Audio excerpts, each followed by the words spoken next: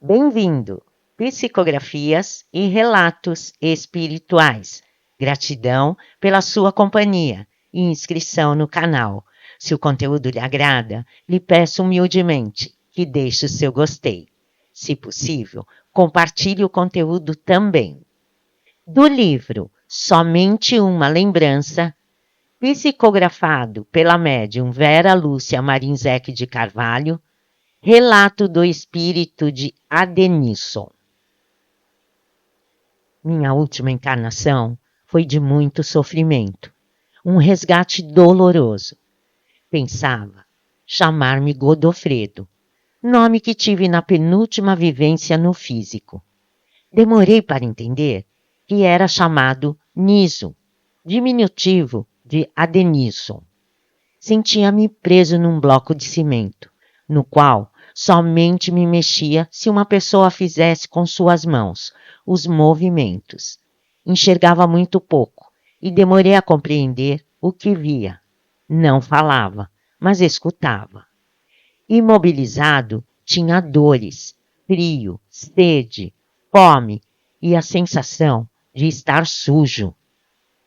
De repente, passei a ser bem tratado. Não sentia mais fome, sede ou frio. Porém, continuei a sentir o desconforto de não conseguir me movimentar. E as dores. Era franzino. Meu físico não se desenvolveu. Gostava da água com que me banhavam. Uma mulher que para mim era linda. Vinha me fazer movimentar. Doía muito, mas gostava. Sentir o contato das mãos dela sobre a minha pele era confortador. E ela sempre cantava. Era um bálsamo escutá-la cantar. Explicando este pequeno texto. Eu sofri ao nascer com paralisia cerebral. Era o segundo filho de um casal que não me aceitava e não cuidava de mim. Minha mãe teve, na terceira gravidez, gêmeos. Meus irmãos eram sadios e bonitos. Alegando não poder cuidar de mim, meus pais levaram-me para uma instituição. Lá, fui bem cuidado. Moravam ali muitos doentes, a maioria crianças. Escutava-as, mas raramente as via. Não ficava mais sujo. Era alimentado na boca e fazia fisioterapia. Gostava quando me colocavam sentado no jardim para tomar sol. O ar fresco me fazia bem. Escutava música suave que me acalmava. Não gostava quando me aplicavam injeções. Às vezes sentia-me criança, em outras um adulto preso, incapaz de me mover. Era muito triste ter estas sensações. Comecei a melhorar quando amigos espirituais, 2 vezes por semana, pegavam-me, quando meu corpo físico adormecia, e me levavam para assistir a uma reunião de orientação. Ali conseguia me ver, e meu perispírito era somente um pouquinho mais sadio que meu corpo físico. Meu corpo carnal recebeu a aparência da minha vestimenta perispiritual. Não estava doente apenas fisicamente. Pelo remorso destrutivo, deformei meu perispírito, e a veste carnal estava sendo para mim um filtro, um meio de ficar novamente sadio. Nas primeiras vezes, não entendia bem o que acontecia nas reuniões de auxílio, mas a insistência do grupo de trabalhadores desencarnados e encarnados, num processo lento, mas eficiente, começou a dar resultados. A tristeza e o remorso diminuíram. Fui me tornando resignado, confiante. Comecei a ser grato às pessoas que me auxiliavam somente pelo faça ao próximo o que gostaria que lhe fizesse. Sei que muitas daquelas pessoas recebiam remuneração pelo trabalho.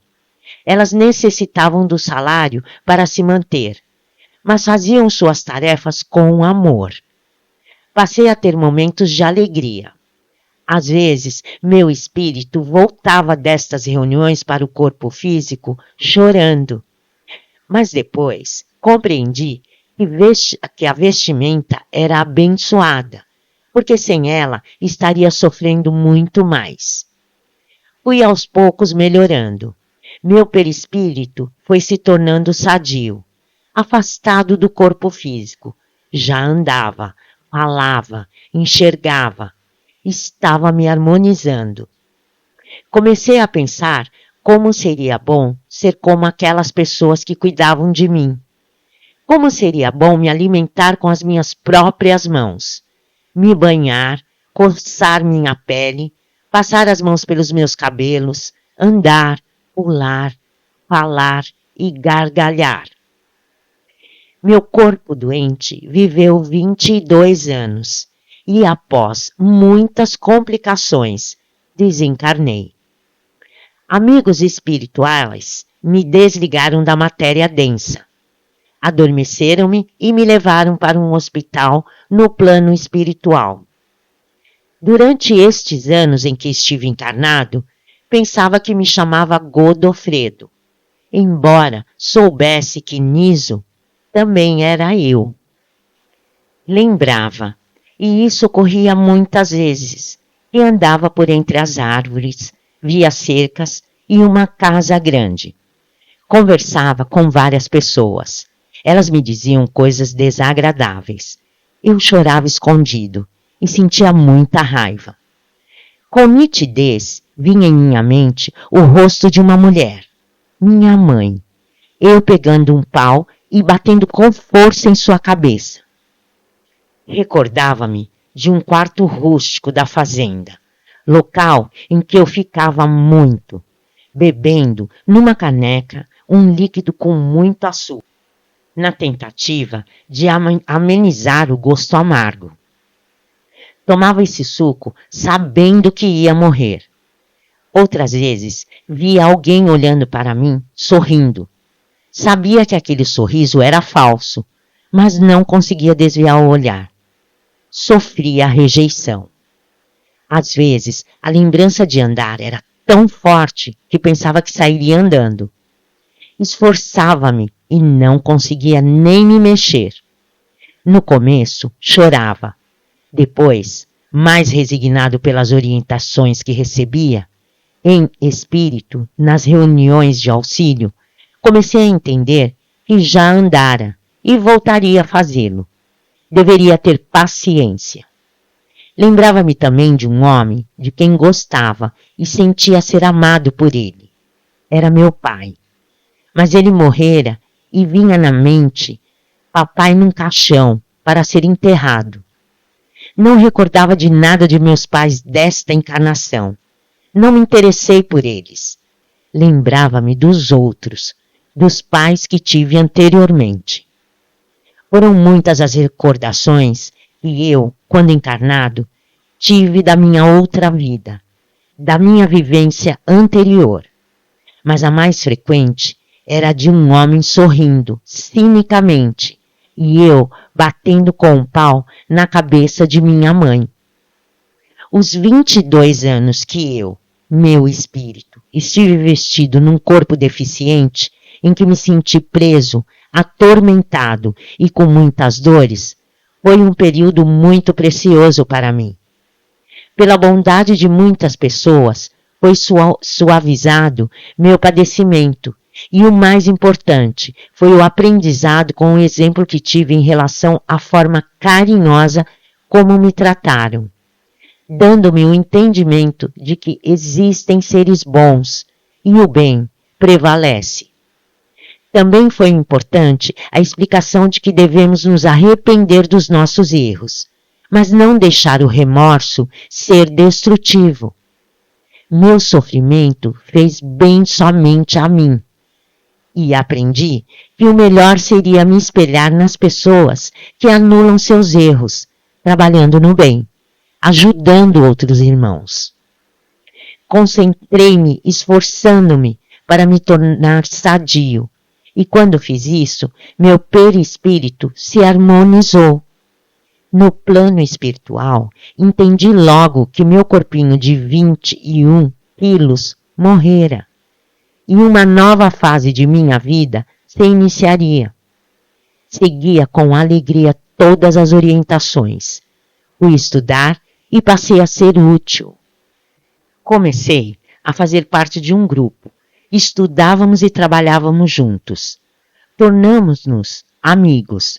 Conversávamos sobre tudo, da vivência encarnada e da atual.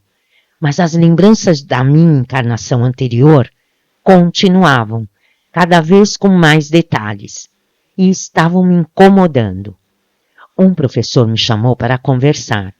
Entendi que eles, nossos professores, sabiam muito sobre nós.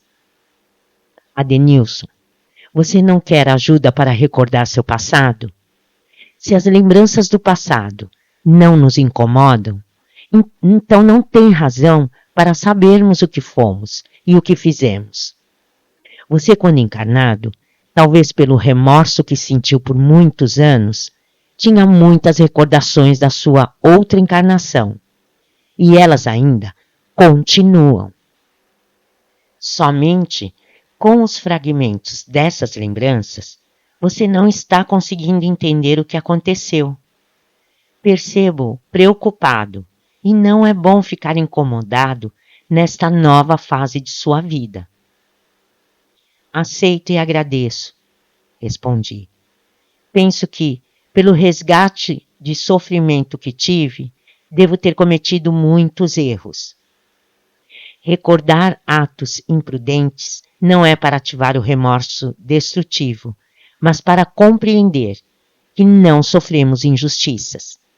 Podemos sentir muita tristeza ao recordar de nossos erros, mas nos consolamos se já pagamos por eles. E quando reparamos com o bem, sentimos-nos tranquilos.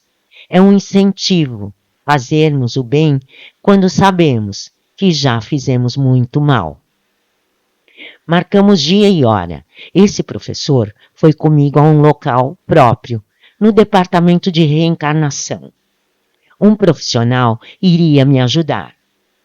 Gostei de Jorge, o senhor que me auxiliaria. O professor se despediu. Acomodei-me numa poltrona e ficamos conversando. Tranquilizei-me. Esperava recordar somente nas sessões futuras, mas aconteceu normalmente. Lembrei-me de tudo que vivi na minha penúltima reencarnação, de forma clara e precisa.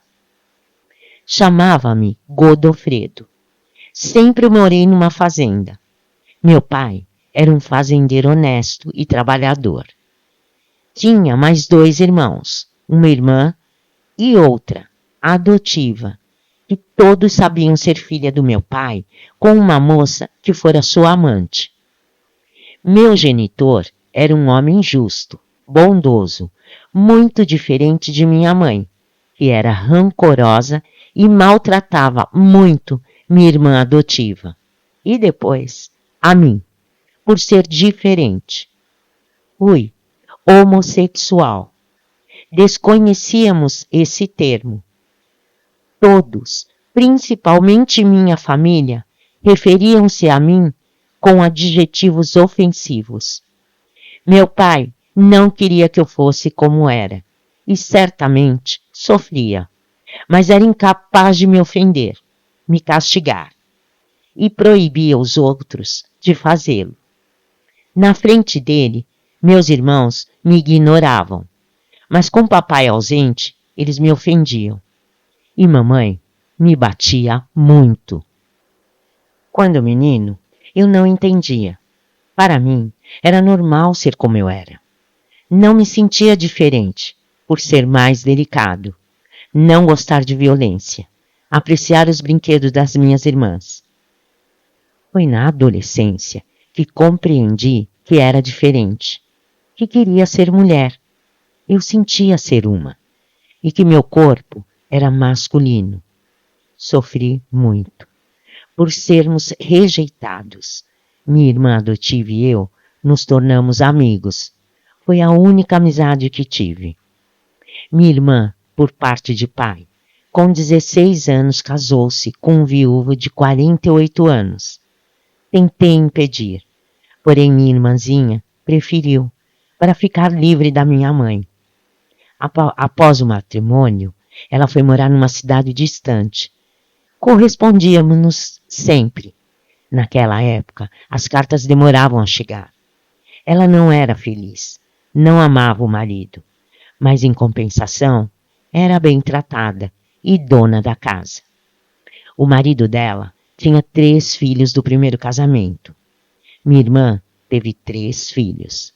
Sem essa irmã em casa, fiquei muito solitário. Minha irmã Benedita arrumou um namorado. Gostei dele assim que o vi. Chamava-se Sebastião. Ele me tratava bem e sorria para mim, cinicamente, debochado. Meus irmãos me detestavam, sentiam vergonha de mim. Seus amigos os gozavam por terem um irmão afeminado. Apaixonei-me pelo namorado de Benedita. Eles se casaram. Eu era infeliz e não sabia como fazer e como agir. Trabalhava muito e raramente saía da fazenda. Um dia, Sebastião foi se encontrar comigo. Eu estava consertando uma cerca. Educadamente, disse que estava precisando de dinheiro para saldar uma dívida antiga. Queria um empréstimo. Afirmei-lhe que daria o dinheiro no outro dia. E quando lhe dei, agradeceu-me, muito gentil.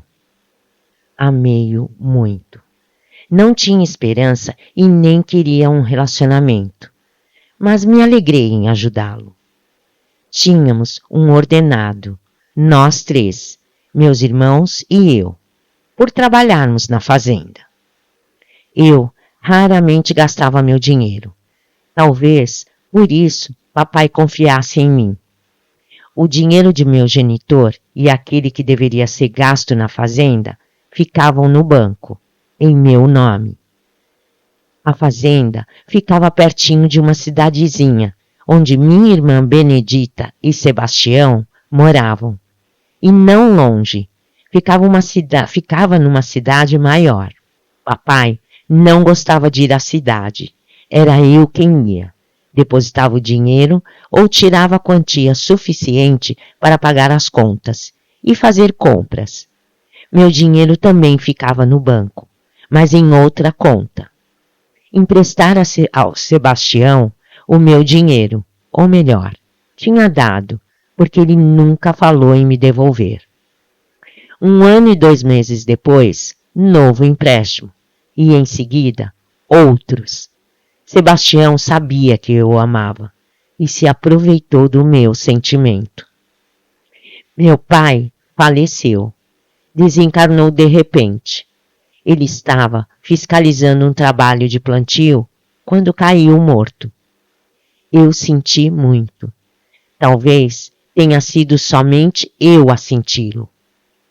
2 meses antes, o esposo de minha irmã adotiva também havia falecido. Depois de meses acamado. 2 dias depois da missa de 7º dia de meu pai, reunimos mamãe e os 4 filhos para decidir o que iríamos fazer. Embora esperasse uma discórdia, tive uma grande decepção. Primeiro, ouvi meus 2 irmãos conversando antes da reunião. Eles não me viram. Pensavam que estavam sozinhos na sala. Quando os vi entrar, fiquei atrás de um biombo.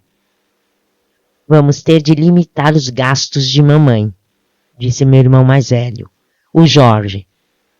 Não podemos deixá-la gastar muito. Devemos também ficar atentos ao Sebastião.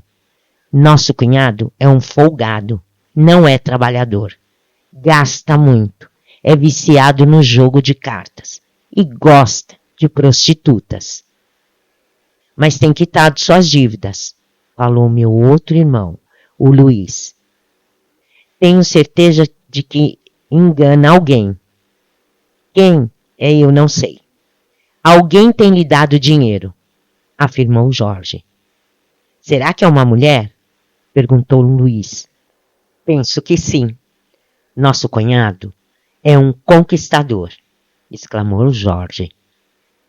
Gostava do papai, mas ficar com o dinheiro dele é bom. Veio em boa hora. Vendo o sadio, tinha medo de ser empregado dele o resto da minha vida. E bom, dividimos a fazenda e nos tornarmos fazendeiros. Devemos nos unir e sermos espertos. Dividirmos de modo a ficarmos nós dois como os donos de tudo. Benedita e minha cunhada entraram na sala. Os dois mudaram de assunto e minutos depois saíram. Continuei escondido e ouvi as duas conversarem. Benedita falou: Não quero mamãe morando comigo.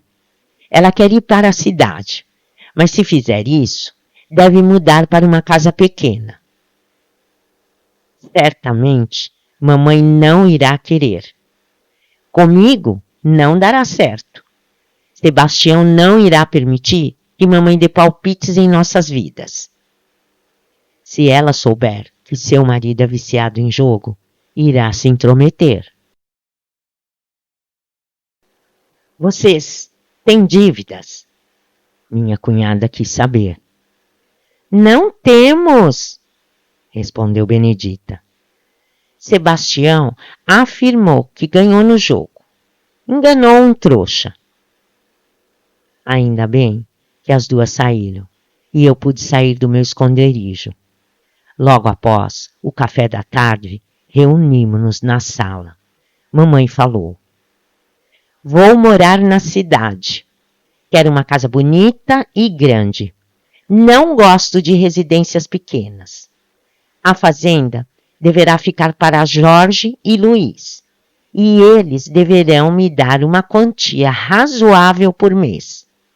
As casas na cidade ficarão para Benedita, para Godofredo, uma quantia em dinheiro para ele ir embora para bem longe daqui. Por que isso? Perguntei. Godofredo, falou mamãe. Seu pai o tolerava. Tentei educá-lo, mas não consegui. Seus irmãos e eu nunca o aceitamos. É a vergonha da família. É melhor você ir embora para um lugar bem distante e não voltar mais. Falamos todos ao mesmo tempo. Benedita achou injusta a divisão. Meus dois irmãos gostaram, mas queriam o controle de tudo. E também acharam que nossa mãe não precisava de uma casa grande. Eu me indignei. Estava sendo banido. Sempre trabalhei muito. Mamãe gritou: Basta! Por hoje chega! O Natal será daqui a 2 semanas. Voltaremos a nos reunir aqui na fazenda. No dia 26, decidiremos. Ou eu falarei a vocês e vocês concordarão, pois eu já decidi. Minha irmã e o irmão casado foram embora com as suas famílias. Moravam numa cidadezinha ali perto. Recebi, naquela tarde, uma carta da minha outra irmã e amiga, falando de suas dificuldades.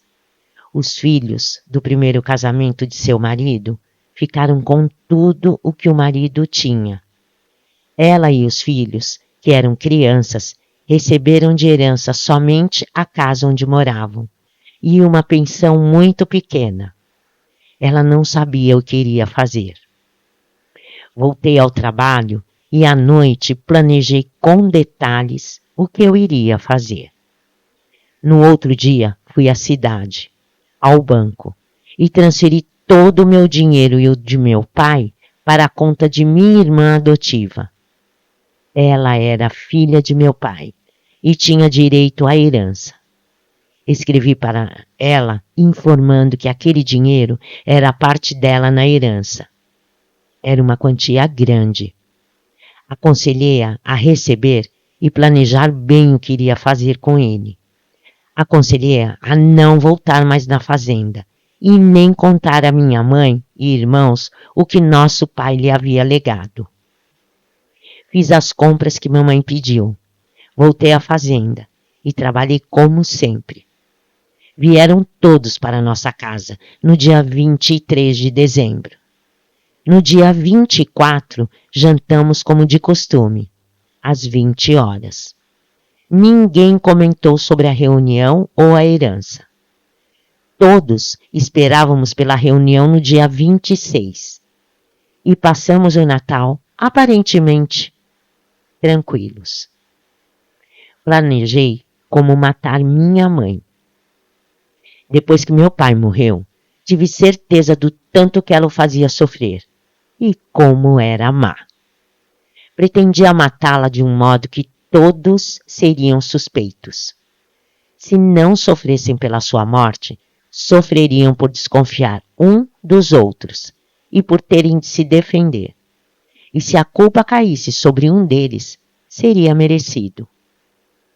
Essa seria minha vingança pelos maus tratos e ofensas que sempre recebera deles. Nossa casa seguia uma rotina, principalmente com a família reunida. Tínhamos 2 empregadas que moravam na fazenda. A primeira chegava de manhãzinha, acendia o fogo do fogão e ia ordenhar uma vaca para ter o leite fresquinho no de jejum. A segunda empregada ia para um cômodo separado no quintal, onde fazia pães no forno a lenha. Mamãe levantava e fazia o café. Acordei no dia 26 e esperei. Quando escutei mamãe levantar e ir à cozinha, levantei sem fazer barulho e fui atrás dela. Vi minha mãe perto do fogão.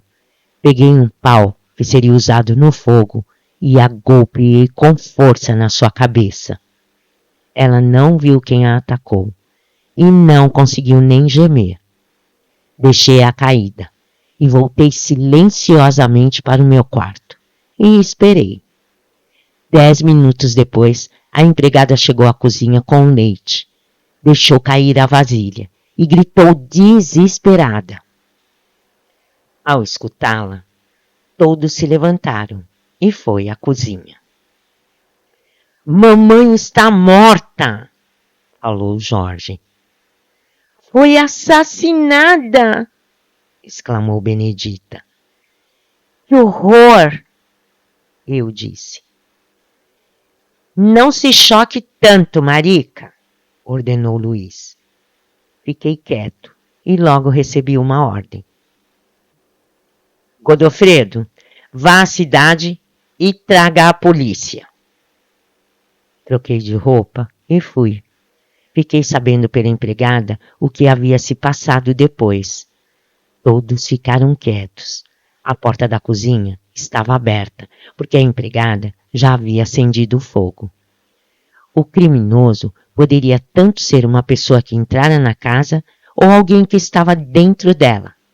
Ninguém sentiu muito a morte de minha mãe.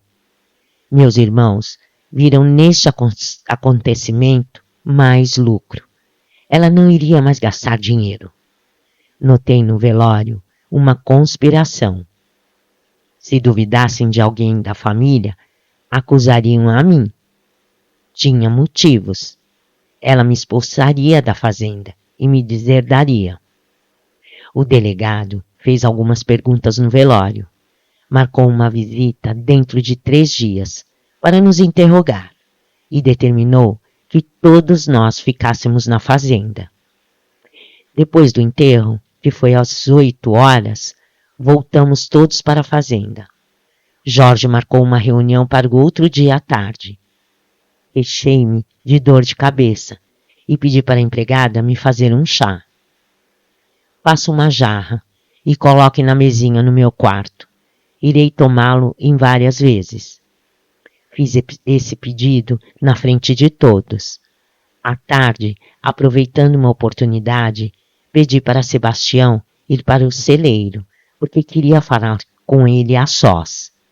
Logo depois que ele saiu, fui atrás. Resolvi que ele merecia morrer. Embora eu o amasse, era o pior de todos. Meu cunhado foi ao encontro pensando em levar vantagem, em contar comigo contra meus 2 irmãos. Sebastião escolheu um lugar no celeiro em que ninguém nos visse conversar. Sorriu cínico ao me ver. O que aconteceu foi uma surpresa para ele. Com tudo planejado, deixara no celeiro uma faca grande e afiada ao alcance. Não falei nada e sorri também. Peguei a faca e o golpeei 2 vezes. Sebastião não disse nada. Deixei-o caído e me afastei tranquilamente. Fui para o meu quarto. Peguei o veneno. Ao planejar meus crimes, lembrei-me de que papai havia comprado um veneno em pó e que para usá-lo tinha de diluí-lo. Era para matar pragas e bichos. Ele me avisara.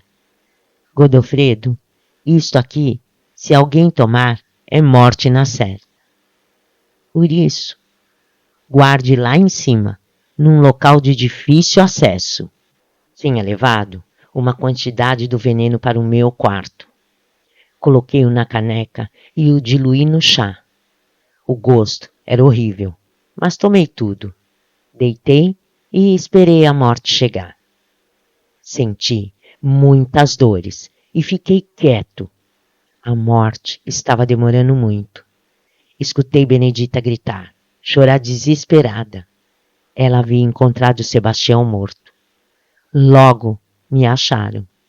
Falaram que eu estava morto. Eu pensava que não. Porém, meu corpo físico havia morrido e eu continuava vivo e sofrendo muito. Não fui desligado. Meu espírito continuou no meu envoltório carnal. Ouvi tudo o que se passava.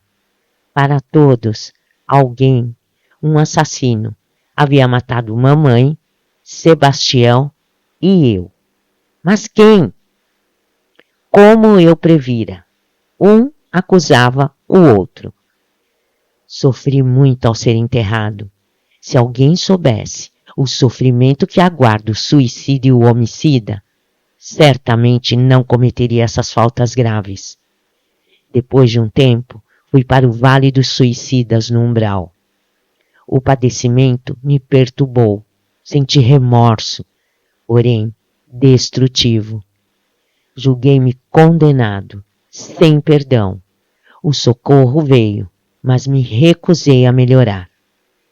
Realmente, toda a minha família sofreu. Ninguém ficou sabendo o que de fato acontecera. Ninguém foi condenado. Todos ficaram como suspeitos e com medo um dos outros. Meus irmãos venderam a fazenda.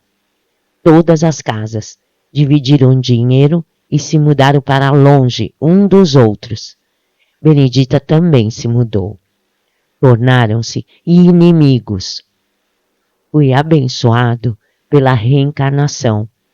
O corpo doente foi um filtro que me depurou. Quando as recordações terminaram, chorei sentido por alguns minutos. Jorge, você sabe o que aconteceu com esses meus familiares depois que desencarnaram? Como estão eles hoje? Sua mãe e Sebastião sofreram muito também. Ao desencarnarem, ficaram revoltados. Eles, infelizmente, não fizeram nada para merecer socorro. Mas a dor ensina. Arrependeram-se, pediram ajuda e foram socorridos. Seus irmãos desencarnaram idosos e também sofreram pelo mesmo motivo de sua mãe e cunhado. No momento, todos estão reencarnados. Tentam aprender a ser bons com a nova oportunidade. E minha família atual? Seus pais, nessa última encarnação, rejeitaram uma grande oportunidade de ajudá-lo e fazer o bem. Sem dúvida, iriam aprender muito ao cuidar de um filho enfermo. Estão encarnados. Você quer visitá-los? Pensei, concluí e respondi. Não, estas pessoas são estranhas para mim. Mas de hoje em diante, vou orar todos os dias por meus pais. Sou grato a eles por terem me dado a oportunidade de voltar ao físico. Ficamos calados por uns instantes e depois quis saber: o que faço agora? Continue estudando e trabalhando, aconselhou Jorge. Você tem razão, é o que farei. Aquele que muito errou é o que deve mais amar. E é o que tenho feito. Estou me esforçando tanto nos estudos como no trabalho. E sou muito grato àquela veste do corpinho enfermo, onde o resgate me harmonizou novamente. Que Deus seja louvado nas nossas horas felizes e nas de sofrimento. Adenilson.